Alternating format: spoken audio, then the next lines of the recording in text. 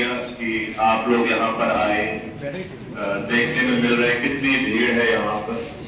तो पुनः मेरी तरफ से आप लोगों के लिए एक बार मैं आपका बहुत अधिक समय नहीं लूंगा। मुझे पता है कि आपके एग्जाम्स हैं, क्लासेस हैं, लेकिन हाँ मैं पहले अपने बारे में संक्षिप्त जानकारी दे देता हूँ आपको।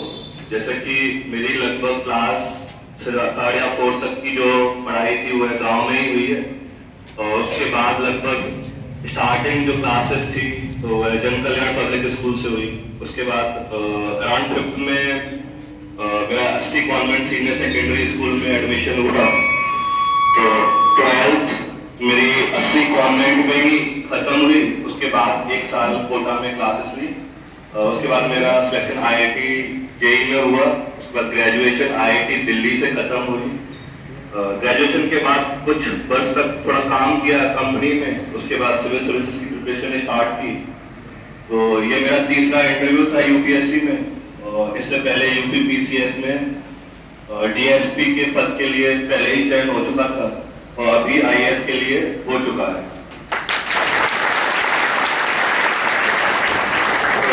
अगर आप मेरी बैकग्राउंड देखेंगे तो आपको देखने को मिलेगा कि आप ही की तरह एक साधारण बैकग्राउंड है। ग्रामीण से लगभग 2000 वर्ष में पूरा परिवार गांव से शहर में आया था, और इनिशियली जैसा कि लगभग हर बच्चे के साथ रहता है कि स्टार्टिंग की ईयर्स अच्छे स्कूल में नहीं हो पाती या फिर ग्रामीण में होती है, तो वो मेरे साथ भी रहा। उसके बाद भी लगभग जो भी मैंने एग्जाम दिए बहुत सफलतापूर्वक निकाले, चाहे IIT का हो, चाहे UPSC का हो, PCS का हो, गेट का हो, कैट का हो, सभी एग्जाम बहुत सही रैंक के साथ सही तरीके से निकाले। तो मैं आपके साथ यही साझा करूंगा कि कैसे सभी एग्जाम आसानी से निकाले, तो क्या हम करें जिससे कि सफलता आसानी से मिलने लगे। तो सबसे पहला तो जैसा कि हम भी लोगों को पता ही है, हार्ड वर्क, इसका कोई सब्स्टिट्यूट होता ही नहीं है। तो हार्ड वर्क में हमें किसी भी प्रकार से हम लोगों को कॉम्प्रोमाइज नहीं करना है। डेली लगभग 10 से 12 घंटे पढ़ना है।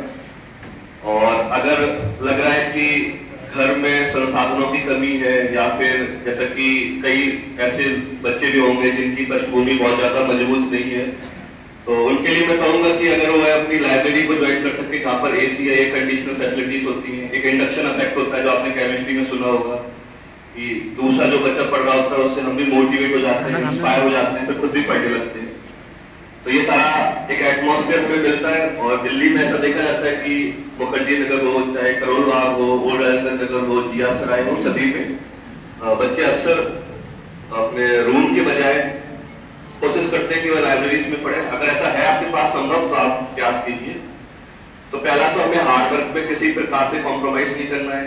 एग्जाम चाहे वो SI को हो, या SSC का हो, CGL का हो, TET का हो, NET का हो, जो भी हो, सभी में बहुत अधिक कंपटीशन है। उस वर्ग के जो बच्चे हैं और जो उनका जो सैंपल स्पेस है वो पहले से ही काफी ज्यादा है, तो हमें 10 से 12 घंटे डेली पढ़ना है।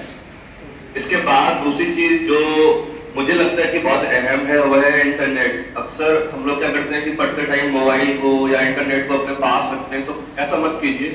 जैसे कि मैं अपने बारे में बताऊं तो पिछले 3-4 साल से मैंने मोबाइल यूज ही नहीं किया, कभी भी मोबाइल को अपने पास नहीं रखता है।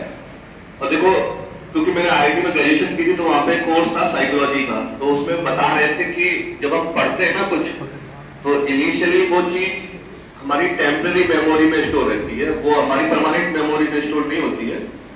तो अगर हमने 2 घंटे या 3 घंटे पढ़ाई की और उसके बाद हमने मोबाइल में YouTube, Google या Facebook कुछ भी यूज किया, तो वो टेम्पररी मेमोरी का जो डाटा है ना वो एकदम इरेज हो जाएगा। तो उसे स्टेबल होने के लिए